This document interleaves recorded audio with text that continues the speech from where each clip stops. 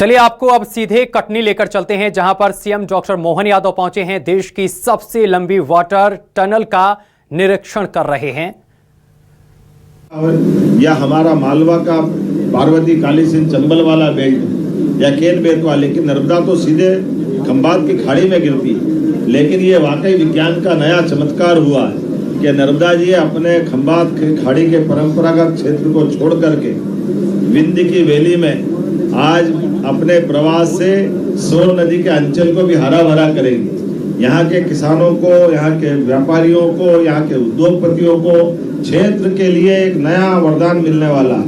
और इस ऐतिहासिक उपलब्धि के लिए मैं पुनः हमारे भारत सरकार के माननीय प्रधानमंत्री नरेंद्र मोदी जी को धन्यवाद देना चाहूँगा, जिनके आशीर्वाद से हमने केंद्र सरकार के साथ, केंद्र सरकार ने लगभग 1600 करोड़ की राशि में 275 करोड़ की राशि उनके द्वारा इसमें प्रदाय की गई, लेकिन अधिकतम राशि हमारे राज्य सरकार के निधि से दी गई।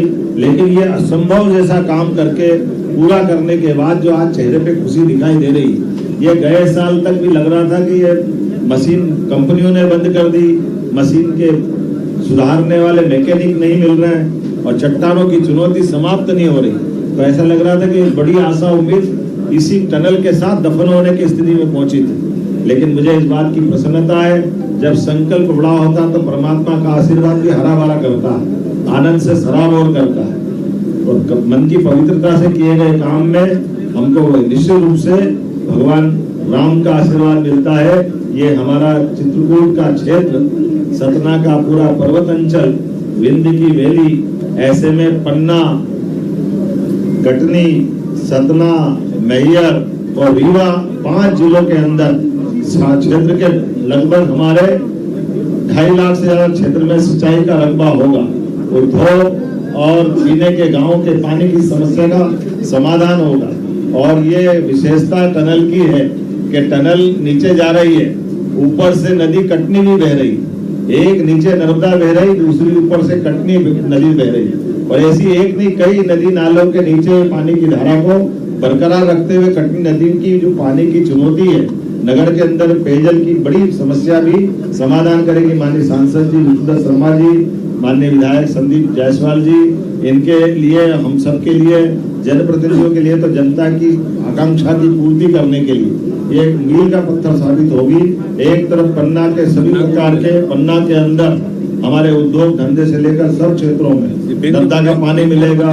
रीवा बुंदेलखंड, खास करके बघेलखंड बुंदेलखंड का ये एक बड़ा ऐतिहासिक कदम है, जिसमें माननीय सांसद गणेश सिंह जी और उनकी पूरी लोकसभा, माननीय विष्णु शर्मा जी और उनकी पूरी विधानसभा, संजय पाठक जी, प्रतिमा बागरी जी, संदीप जायसवाल जी, प्रणव पांडे जी, आपके कितने गांव प्रभावित हो रहे हैं? 153 गांवों को लाभ देगी। कई गांव के, ये सिन्नाबाद गांव जिसके हम यहाँ बैठे हैं, इसके नीचे से टनल जा रही, रेल ऊपर चल रही, नीचे टनल भी चल रही। ये चमत्कार है वास्तव में। और पानी की धारा के बलबूते पर कई जगह बिजली भी बनाई जाएगी और आगे जाकर के कई सारे लोगों के लिए केस स्टडी का काम करेगी। इतनी कठिन चुनौतियों के बावजूद भी हमारे राज्य के अधिकारियों ने, इरिगेशन डिपार्टमेंट ने इसको पूरा करने का जो हिम्मत दिखाई, मैं उनको भी बधाई देना चाहूंगा। कई मित्रों के माध्यम से इसकी चुनौतियों के बीच हिम्मत दिलाने की जो बातें आई, वो भी महत्व की। उल्लेखनीय है कि ये टनल के साथ हमारा ये मध्य प्रदेश का इरिगेटेड एरिया का जो संकल्प है, हम इतना ही बताना चाहेंगे कि हमारी सरकार के बनने के बाद, वैसे तो मध्य प्रदेश में 1956 से लगा करके 2002-03 तक कांग्रेस के 55 साल के शासनकाल में केवल 7.5 लाख हेक्टेयर सिंचाई का रकबा था। ये नदियां पहले थी, जंगल पहले थे, टेक्नोलॉजी भी थी, लेकिन काम करने की इच्छा शक्ति के अभाव में किसानों को कठिनाइयों के बीच छोड़ करके सरकारें बनती रही, लेकिन सरकारें किसान की बेहतरी के लिए काम नहीं करती थी। मुझे इस बात की प्रसन्नता है, हमारी सरकार, साध्वी उमा भारती, माननीय बाबूलाल जी गौड़, माननीय शिवराज सिंह जी चौहान और हमारी सरकार के बनने के साथ जब हमने सरकार बनाई तो 44 लाख हेक्टेयर का क्षेत्रफल अब सिंचाई का हुआ था और अभी 2.5 साल में लगभग 65 लाख हेक्टेयर पे हम पहुंच गए। और ये किसान कल्याण वर्ष में तो और बड़ी सौगात है, जो पूरे हमारे विंध्य के और ये पूरे क्षेत्र के किसानों 2.5 लाख किसानों के लिए केवल 3 महीने के अंदर ही हमारा 2 नहर चालू होकर के इसमें 1 लाख हेक्टेयर की सिंचाई का रकबा आने वाली रबी की फसल में मिलेगा। ये वाकई वरदान जैसा है और उम्मीद करेंगे आपके माध्यम से मैं सब किसानों से भी अपील करना चाहूंगा, आप अपनी सारी स्थिति के अंदर लेकिन जमीनें मत बेचना। ये पूरा क्षेत्र भी पंजाब हरियाणा को पीछे छोड़ने वाला है। हमारे गांव के अंदर रहने वाले सभी प्रकार के आबादी के साथ जुड़ने वाले सभी प्रकार के भाई बहन, कोई बगीचा लगाना चाहे, खेती करना चाहे, उद्योग धंधे लगाना चाहे, हर एक क्षेत्र से इस क्षेत्र से पलायन रुकेगा और बड़े पैमाने पे रोजगार के अवसर प्राप्त होंगे, आर्थिक रूप से समृद्धि आएगी और लोगों के चेहरे पे रौनक आएगी। हमारी सरकार किसान कल्याण वर्ष में लगातार ऐसे बड़े बड़े संकल्प करते हुए आगे बढ़ रही है। आइए आप सबके माध्यम से ये सोन कछार का 152 क्यूबिक डिस्चार्ज से सतना के अंदर भी 1,04,970 हेक्टर, मेहर में 54,227 हेक्टर, कटनी जिले की 21,823 हेक्टर, रीवा जिले की 3,532 हेक्टर और पन्ना जिले की 448 हेक्टर, इस प्रकार से 1,85,000 हेक्टर कमांड एरिया में ये सिंचाई की सुविधा मिलेगी। इसी के साथ साथ नहरों के निर्माण का द्रुत गति से काम चालू है।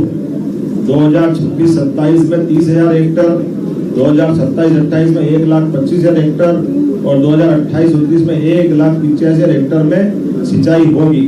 हम सब एक बार फिर एक तरह से नर्मदा का पानी नहीं है, ये अमृत का जल है जो यहाँ को अमरता की तरफ ले जाएगा। मेरी अपनी ओर से सबको, प्रदेशवासियों को, क्षेत्रवासियों को, सभी को बहुत बहुत बधाई। सर नर्मदा टनल का पानी कटनी शहर को मिल सके, इसके लिए क्या योजना है?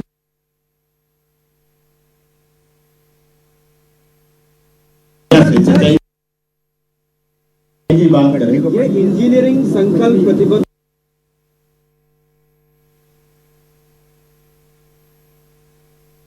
अद्भुत चुनौतियों वाला स्थान है। जैसे मैंने कहा, पूरे देश तो क्या दुनिया के लोग इसकी केस स्टडी करने आएंगे, क्योंकि चट्टाने काटने के लिए मशीन तो बनाई जा सकती, लेकिन एक मशीन कितनी चुनौतियों के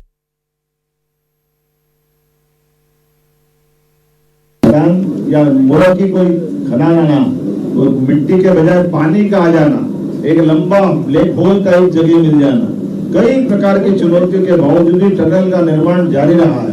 यह हमारे सभी अधिकारियों की प्रतिबद्धता, इसका विश्वास भी अंदर का था कि हम इसमें सफल होकर रहेंगे। खास बात, इसी प्रकार के भूकंप में आने के बावजूद भी ये किसी भूकंप से प्रभावित नहीं होगी। अंदर का निर्माण भी 100 साल तक भी यथावत रहेगा, ऐसा कंक्रीट का निर्माण बनाया गया। सभी प्रकार के सुरक्षा के मानकों का ध्यान रखा गया। मुझे संतोष है इस बात का कि ये जो पवित्र कार्य हुआ, वाकई ये इंजीनियरिंग का कमाल है। मध्य प्रदेश सरकार और माननीय भारत सरकार के माध्यम से दुनिया के लोगों को आकर देखने का और क्षेत्र की बड़ी आवश्यकता की पूर्ति करने का एक नया संकल्प और नया उदाहरण बने।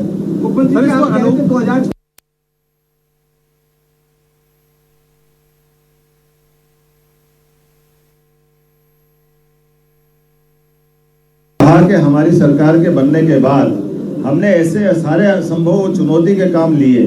जैसे उदाहरण के लिए 2008 में कोई टेंडर अगर काम का किया गया तो 2008 के आधार पर उसके एक समय सीमा होती है, उसकी टेक्नोलॉजी की, मशीनों की अपनी कठिनाई होती है। ऐसे में कई प्रकार के ऑडिट रिपोर्ट और 50 तरह की बातें आती। तो हमने कैबिनेट में ले जाकर इस बात को रखा कि अगर हमको इस चुनौती को पार पाना है, अगर या तो इस प्रोजेक्ट को ड्रॉप कर दें तो जो लगाया गया वो पैसा भी बेकार होगा और ये क्षेत्र बड़े पैमाने पे एक सौगात से वंचित हो रहा है। ऐसे में सरकार जब जनता की जन कल्याणकारी योजनाओं की तरफ बढ़ती है तो कैबिनेट होती इसीलिए कि जो सभी प्रकार की व्यवस्थाओं पे समग्र आकलन करते थे, नीतिगत निर्णय ले। इसलिए नीतिगत निर्णय के बाद एजुकेशन डिपार्टमेंट से कहा गया कि आप इस काम में आगे बढ़ो, आज नहीं तो कल सफलता मिली। एक बार नहीं, 2 बार नहीं, 8-8 बार हमको टाइम पीरियड बढ़ाना पड़ा, क्योंकि बार-बार मशीन खराब होती और मशीन की टेक्नोलॉजी, चुनौतियां, ये सब अलग प्रकार की थी। लेकिन जैसे चंद्रयान, गगनयान के लिए लगातार प्रयास करना पड़ा तो अंततः विजय श्री हासिल होती। ऐसे ही ये अंडरग्राउंड इतनी बड़ी टनल 12 किलोमीटर की, लेकिन किलोमीटर 12 ये लंबी अपनी है, भारत की सबसे लंबी टनल है, लेकिन उससे ज्यादा ये इतनी ज्यादा चुनौती वाली टनल मुझे नहीं लगता कि किसी देश के हिस्से में इतनी चुनौतियां होगी। लोग समुद्र में भी सुरंग बना दे, किसी और जगह पे चले जाए, लेकिन एक चट्टान के इतने प्रकार के रूप, ये वाकई ये पूरा क्षेत्र अपने आप में एक अलग प्रकार से पहचाना गया, जिसके कारण से भविष्य में हमारी माइनिंग के क्षेत्र में भी, भूगर्भीय रचनाओं को समझने के लिए भी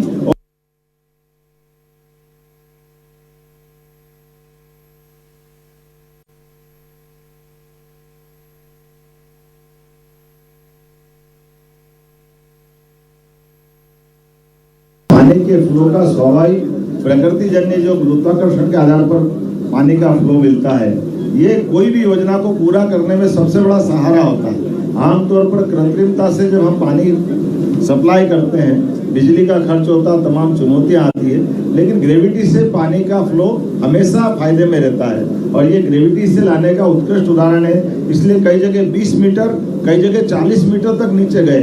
40 मीटर मतलब 4 × 12 कितना, 120 फीट से ज्यादा नीचे जाना और उसके बाद उस पानी के फ्लो को बनाए रखना और 120 फीट नीचे जाकर नहर बनाना, इसका मतलब नहर बनाने के लिए और कितना काम करना पड़ा होगा।